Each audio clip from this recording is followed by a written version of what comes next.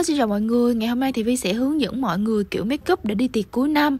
Ok, bắt đầu thôi. Trước khi trang điểm thì Vi sẽ dùng kem lót trước. Nếu như mà bạn nào không có điều kiện thì các bạn có thể sử dụng những cái đồ dưỡng da hàng ngày của mình để mà làm lớp lót bảo vệ trước khi mà các bạn make up. Còn nếu có điều kiện hơn thì các bạn có thể mua những cái hộp kem lót này nè. Nó có thể thay thế cho cái bước dưỡng da và chỉ cần bôi một cái lượng vừa đủ trên da là da nó sẽ đủ ẩm để cho các bạn make up một cái lớp nền đẹp. Thì cái sản phẩm này sẽ phù hợp nhất đối với những làn da thường và da khô, tại vì nó cấp ẩm rất là tốt. Thì da Vi đang là da hỗn hợp thiên dầu, với cái mùa đông như thế này á, thì Vi thấy là da Vi cũng ổn, xài cũng được. Nhưng mà với những bạn da dầu thì nên cân nhắc, tại vì cái sản phẩm này nó nhiều dưỡng lắm, cho nên có thể gây bí da nha. Tiếp theo là một cái bước mà dạo gần đây Vi siêng lắm luôn á, đó chính là dưỡng mi. Thì mi của Vi á cũng không phải là quá ngắn, mà nó cũng kiểu vừa phải, dài cũng vừa phải, đủ để Vi chuốt.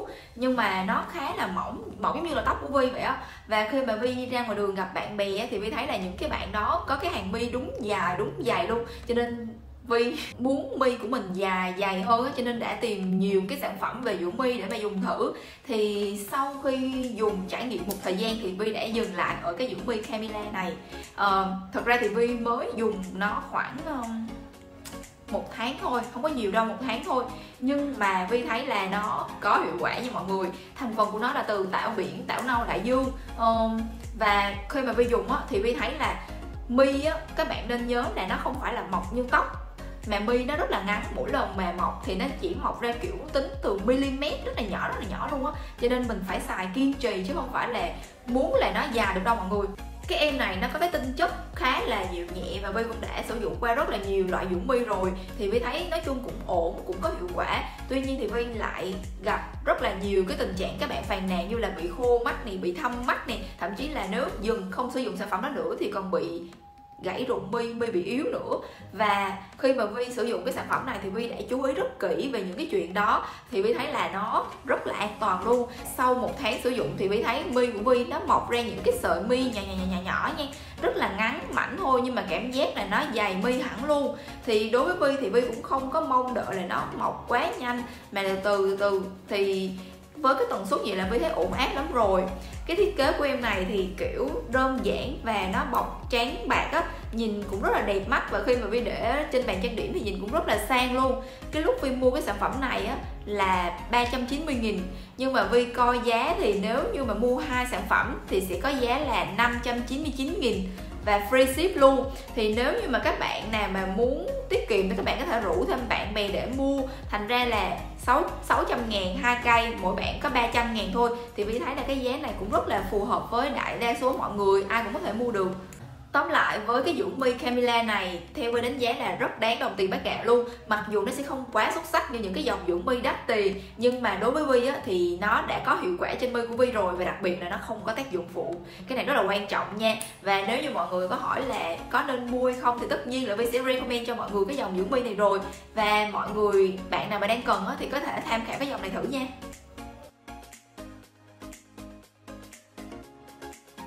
Sau khi mang len xong thì Vi sẽ bắt đầu đánh nền.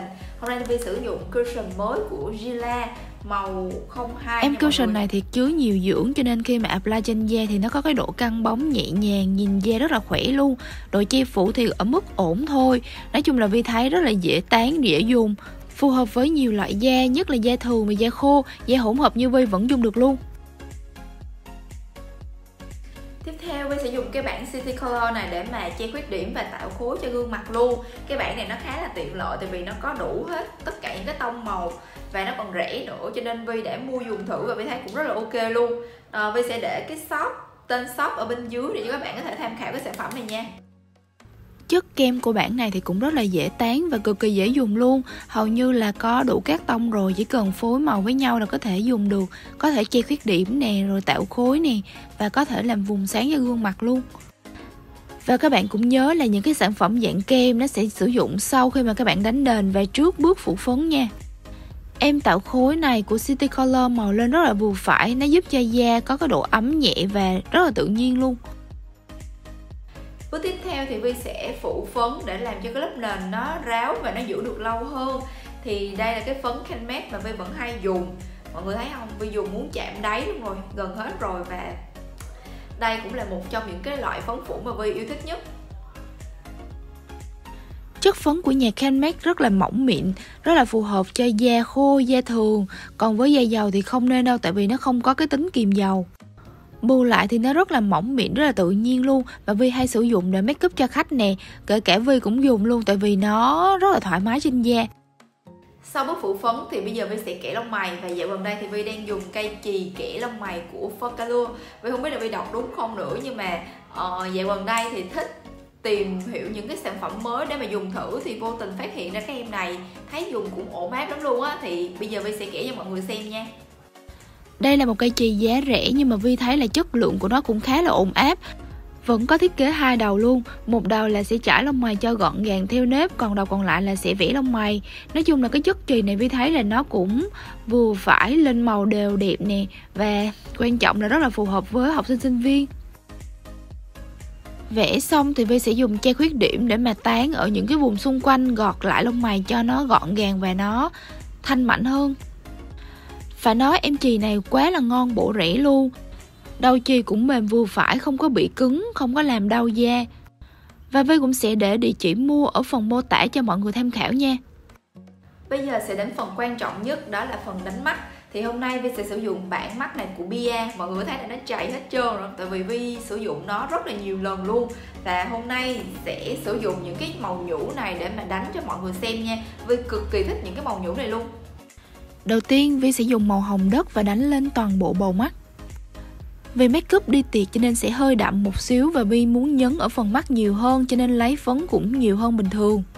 Sau đó Vi sẽ dùng màu nâu để mà kẻ một chút ở đuôi mắt. Với thao tác này thì các bạn cần phải mua một cái cây cọ nó mảnh và nó nhỏ, nó dẹp như thế này thì các bạn mới vẽ được nha. Đến phần yêu thích của tôi rồi đây. Và hôm nay thì Vi sẽ dùng nhũ mà nó có pha ánh tím nè. Nói chung là cái màu nhũ này nó siêu đẹp luôn á mọi người. Đánh lên một phát là lấp lánh cả đôi mắt liền. Sau đó thì Vi sẽ sử dụng thêm một chút nhũ nâu đỏ ở phần đầu của bầu mắt. Với phần mí dưới thì Vi sẽ sử dụng màu hồng nude.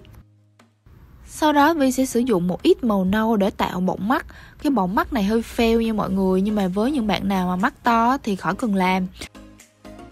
Sau đó mình cũng sẽ sử dụng thêm một chút nhũ ở phần đầu mắt và góc mắt để cho nhìn đôi mắt nó bừng sáng hơn. Đánh mắt xong thì Vi sẽ bắt đầu kẹp mi, và cái cây kẹp mi Vi sử dụng là của Su. Phải nói là mình đánh mắt xong rồi mình cũng rất là hài lòng với cái bảng mắt này luôn á, tại vì nhũ của nó rất là đẹp. Mọi người thấy nó đẹp không? Sau khi đánh mắt xong thì Vi sẽ kẻ mắt bằng gel kẻ của Clio. Cái loại này thì không trôi không lem nha. Và Vi sử dụng cái cây này là cây thứ 2 rồi.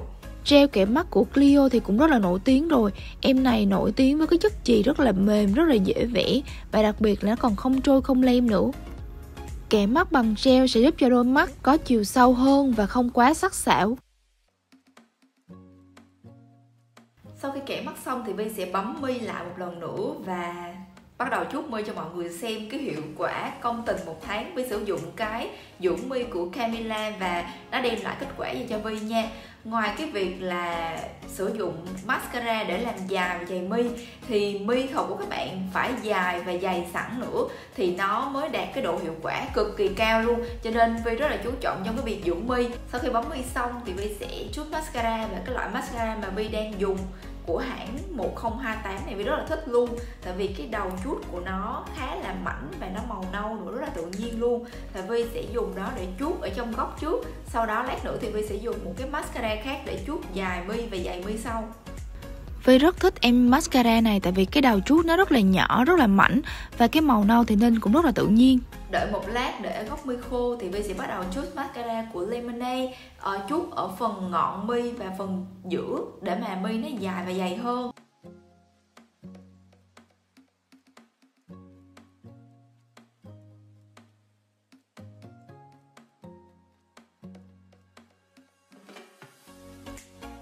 Tiếp theo thì Vi sẽ đánh bronzer để gương mặt được thon gọn hơn. Nói không phải khoe chứ dạo này Vi ăn rất là nhiều luôn. Kiểu cảm giác như là càng tập càng mệt á, kiểu cảm giác là ăn ngon miệng lắm luôn á. Cho nên Vi ăn rất là nhiều, cho nên mặt Vi rất là bư. Cho nên phải sử dụng cái bronzer này để mà làm cho cái gương mặt nó thon gọn hơn một xíu. Bạn nào mà hay xem makeup của Vi thì cũng biết là Vi sử dụng cái sản phẩm này rất là thường xuyên luôn. Tại vì cái màu phấn của nó lên rất là tự nhiên và nó còn thơm mùi bơ dừa nữa, rất là thích luôn. Rồi bây giờ Vi sẽ đánh phấn má hồng. Và cái màu hồng hôm nay Vi chọn là của Cathedral màu 03.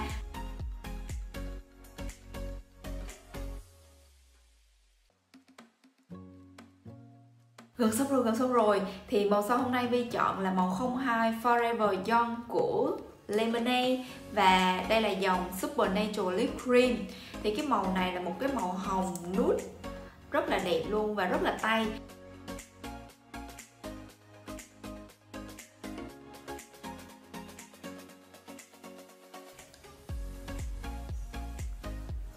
Trời, cái màu này nó rất là đẹp luôn và rất là hợp với cái makeup look này.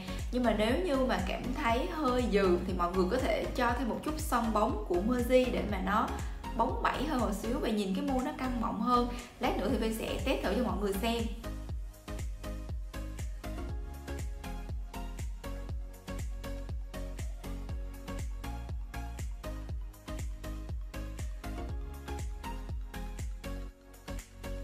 Và nếu như mà mọi người muốn giữ cái lớp makeup này lâu nhất có thể thì mọi người nên dùng xịt giữ makeup nha mọi người. Và hôm nay Vi sử dụng của Milani. Mọi người nên phân biệt là xịt khoáng và lại xịt giữ makeup. Xịt khoáng thì sẽ làm ẩm da tức thì thôi và sẽ sử dụng trước khi mà các bạn makeup lúc mà dưỡng da.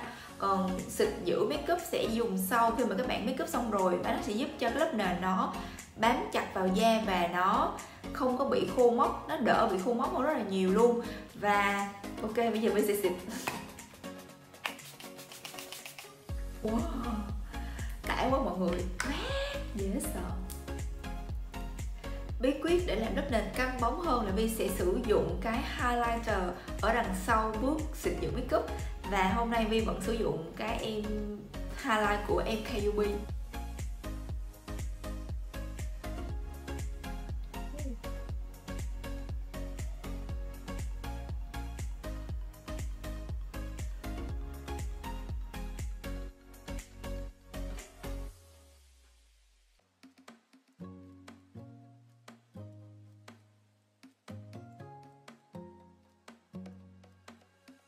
Bây giờ thì Vi sẽ sử dụng thêm một chút son bóng nữa để làm cho cái môi nó căng mọng hơn. Và ngày hôm nay thì Vi vẫn sử dụng cái cây son bóng quen thuộc của nhà Mercy màu DT01 nha.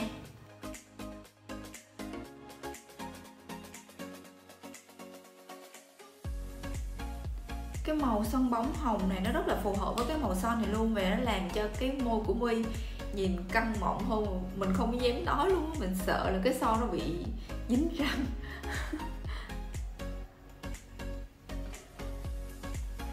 Nói chung là có hai cách phối môi đó. Nếu mà các bạn thích thì có thể dùng màu son lì thôi, hoặc là các bạn có thể sử dụng thêm màu son bóng để làm cho cái môi nó căng mọng hơn.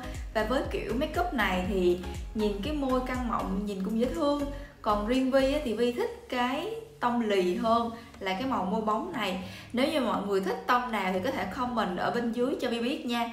Và video đến này là kết thúc rồi. Cảm ơn mọi người đã theo dõi hết video này của Vi. Và nếu như mà mọi người thấy video này có ích và thích video này thì nhớ cho Vi một like. Và không quên subscribe kênh YouTube của Vi để có thể theo dõi những video tiếp theo của Vi. Còn bây giờ thì bye bye mọi người và hẹn gặp lại mọi người trong những video lần tới.